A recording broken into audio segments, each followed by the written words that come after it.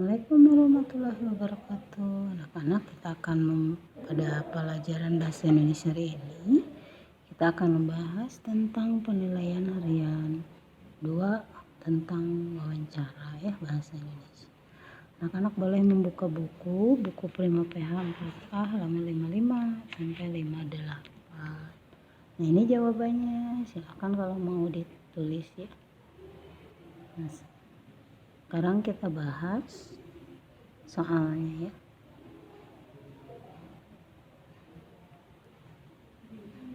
Nomor 1.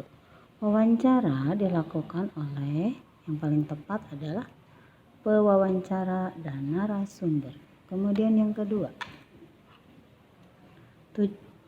topik wawancara dapat ditentukan oleh atau dari mana? Yang paling tepat adalah dari berita yang hangat diperbincangkan. Kemudian yang ketiga, topik wawancara berikut termasuk fenomena alam. Coba yang mana yang tepat? Yang tepat kalau yang pertama, A itu tentang budaya. Yang C tentang harga, maksudnya ke ekonomi. Yang D tentang penghijauan di sekolah. Kalau yang D tentang fenomena alam adalah keadaan wilayah yang tertimbun tanah longsor. Nomor 4. Teks wawancara biasanya berisi apa? Yang paling tepat adalah berisi daftar pertanyaan dan jawaban narasumber. Kemudian nomor 5. Teks wawancara biasanya ditulis dalam bentuk percakapan ya. Bukan ditulis seperti membuat pidato ya, atau deskripsi atau prosedur ya. Jadi harus bersisi percakapan. Nomor 6. Hal berikut yang termasuk unsur teks wawancara. Ini semuanya juga masuk ke dalam wawancara, tapi ini unsur-unsurnya. Yang pertama, yang benar adalah paling tepat adalah simpulan wawancara. Nomor 7. Hal yang dilakukan sebelum wawancara yang paling tepat adalah yang B. Membuat janji dengan narasumber. Kata-kata berikut yang termasuk kata baku. Kualitas harusnya pakai U. Antri harusnya pakai antre ya. Izin harusnya pakai Z, izin. Maka yang paling tepat adalah praktik. Kami menggunakan pupuk kandang dengan memanfaatkan ampas biogas yang berasal dari kotoran sapi. Maka kata tanya yang tepatnya adalah yang mana? Menggunakan. Kami menggunakan, bukan nanyain orang, tapi menggunakan apa yang Anda lakukan sebagai pupuk kandang. Nomor 10. Manfaat laporan wawancara itu untuk apa? Maka jawaban yang paling tepat adalah D. Sebagai dokumen yang berisi informasi penting. Nomor 11. Pertanyaan yang cocok diajukan kepada pedagang beras. Kalau yang A untuk pedagang minyak, kalau yang B untuk peternak ikan, kalau yang D untuk petani. Maka yang paling tepat adalah yang C. Sejak kapan Bapak memulai usaha ini? Nomor 12. Kata tanya yang digunakan untuk mengetahui proses. Kalau mengapa untuk menanyakan alasan. Kalau di mana untuk menanyakan tempat atau lokasi. Kalau siapa untuk menanyakan orang. Jadi kalau yang paling tepat adalah bagaimana. Selanjutnya untuk nomor 13. Kata tanya di mana itu digunakan untuk mengetahui apa. Kalau waktu itu kapan kata tanyanya. Kalau proses tadi sudah tahu bagaimana. Kalau pelaku siapa. Maka yang paling tepat adalah lokasi. Lokasi itu tempat. Nomor 14. Ketika narasumber sedang berbicara, maka kita sebagai pewawancara yang paling tepat adalah tidak memotong pembicaraan. Selanjutnya nomor 16. Membuat daftar pertanyaan perlu dilakukan agar yang paling tepat pembicaraan tetap pada topik yang ditentukan. Jadi tidak memanjang kemana atau melar ke sana kemari.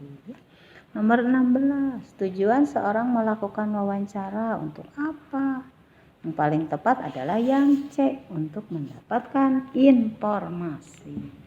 Nomor 17, membuat laporan wawancara. Hasil wawancara ini dilakukannya kapan? Kalau yang B itu pertanyaan, daftar pertanyaan. Kalau melakukan wawancara itu sudah mulai. Maka yang paling tepat adalah setelah wawancara. Selanjutnya nomor 18. Berikut ini merupakan penutup wawancara. Nah, kalau mau menutup wawancara, yang mana ini yang tepatnya? Maka yang paling tepat adalah terima kasih atas kesediaan waktunya. Nomor 19, maksud dari latar belakang wawancara. Maksudnya untuk apa? Yang paling tepat adalah alasan dilakukannya kegiatan wawancara tersebut. Jadi alasannya apa kita melakukan wawancaranya? Ya. Nomor 20, untuk mengetahui tentang musik, maka tokoh yang tepat untuk diwawancara adalah siapa? Kalau sutradara itu membuat film. Kalau jurnalis yang bisa di televisi membuat agenda tentang kegiatan misalnya wawancara, atau bisa juga di koran ya. Kalau jurnalis, kalau politisi itu orang yang aktif di dalam sebuah kegiatan politik. Maka yang paling tepat adalah musisi karena beliau seorang ahli musik. Nomor 21.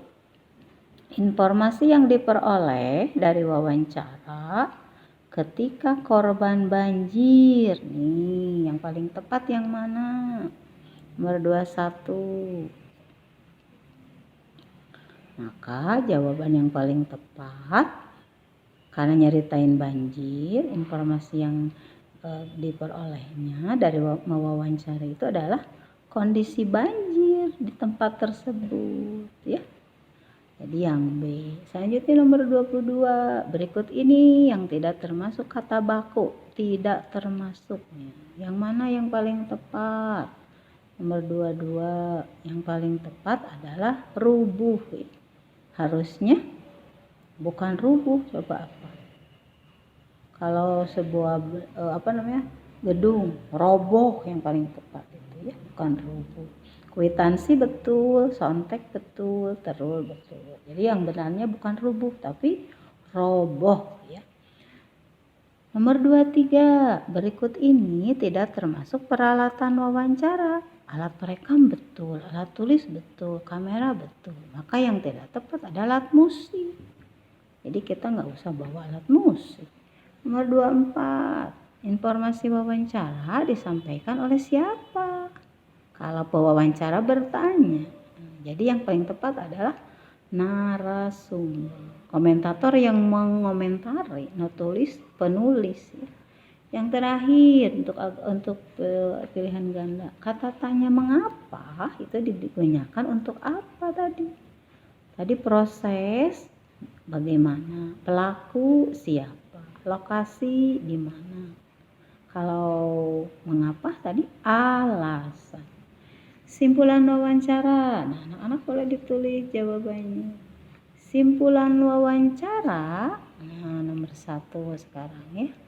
Pertanyaannya. Simpulan wawancara. Nah, anak-anak boleh dijawab. Di sini ada jawabannya. Guru tinggal membacakan soalnya saja. Simpulan wawancara adalah hasil akhir dari keseluruhan informasi yang diperoleh dalam bentuk ringkas.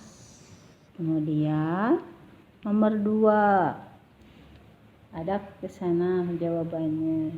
Saya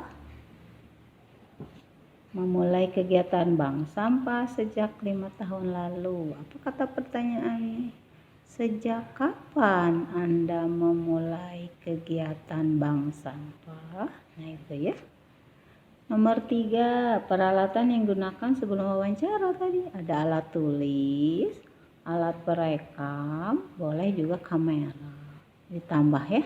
Selanjutnya nomor 4. Jadi pertanyaannya, anak-anak boleh melihat jawabannya di sini. Apa kegiatan hemat energi yang telah Anda lakukan? Energi itu ya, kegiatan hemat energi. Ini kan bahasa Inggris kalau dibacanya seperti itu. Maka kata yang tepat bukan energi, tapi energi. Terus nomor 5.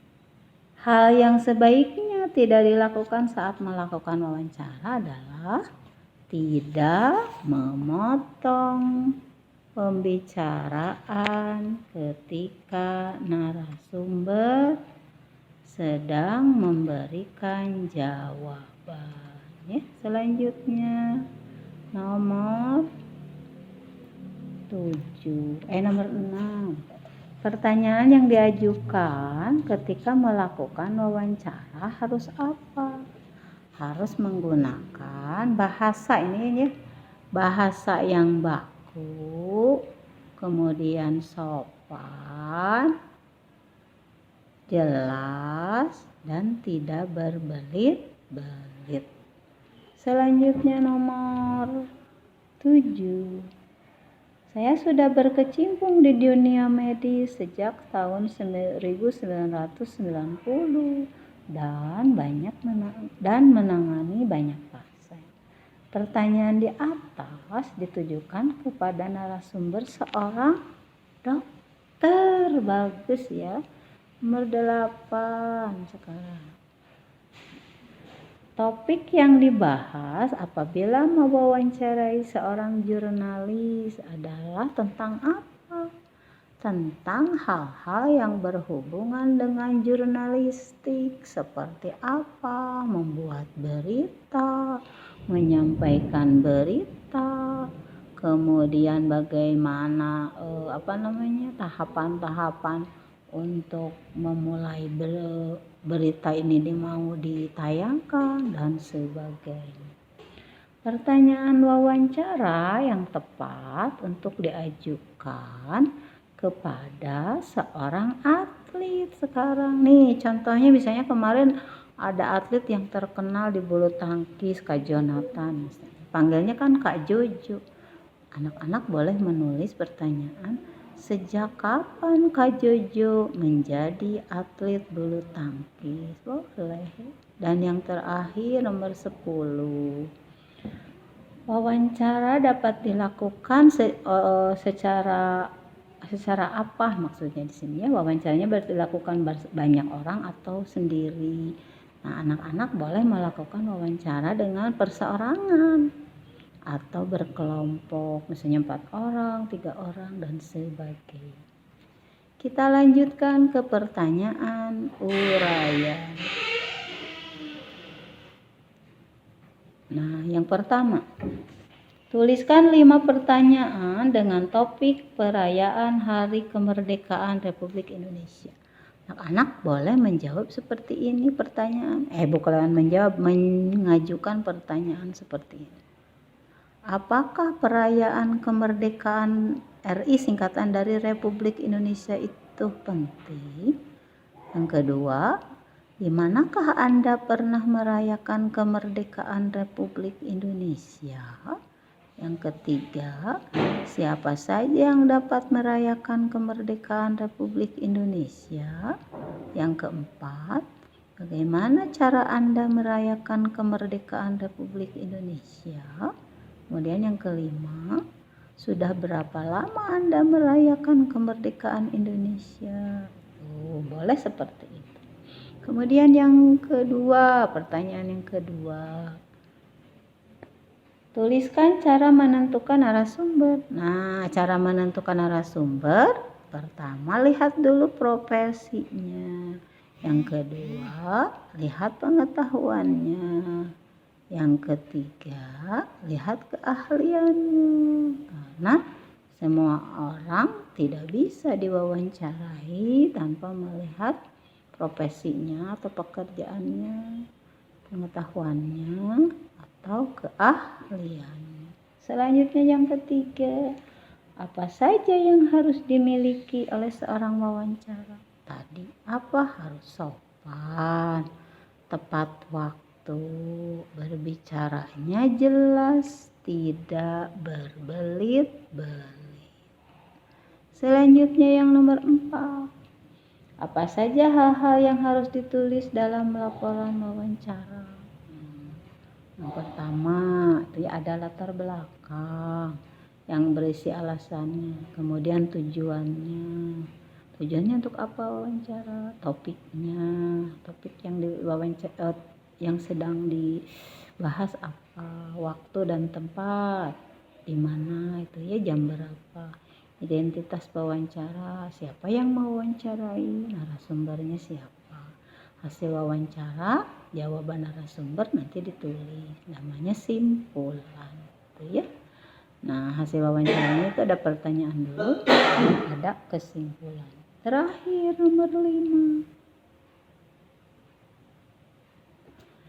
Tuliskan daftar pertanyaan untuk narasumber seorang dokter. Nah, di sini kan ada mamahnya yang banyak jadi dokter, atau mungkin papahnya juga atau tantenya. Nih, misalnya pertanyaannya seperti ini.